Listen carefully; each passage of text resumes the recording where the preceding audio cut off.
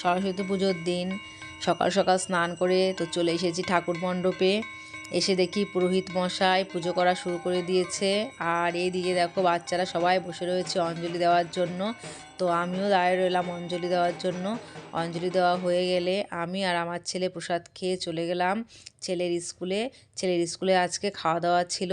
তো এসে দেখি বিশাল বড় লম্বা লাইনে আধ ঘন্টা মানে 30 মিনিট আমরা দাঁড়িয়েছিলাম। তারপর খাওয়া দাওয়া করলাম।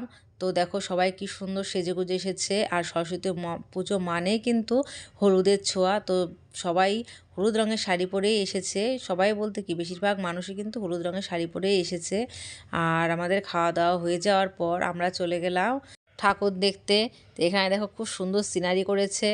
তো আমি এসে নিয়ে আগে ছবি তোলা শুরু করে দিলাম, কিন্তু এতটা রোদ ছিল যে তাকাতে পারছি না।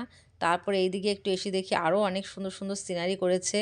আগেকার জিনিসগুলো মানে আগেকার মানুষ যা করতো সেই জিনিসগুলো এখানে তুলে ধরেছে। কেমন লাগলো তোমরা কমেন্টে জানিও।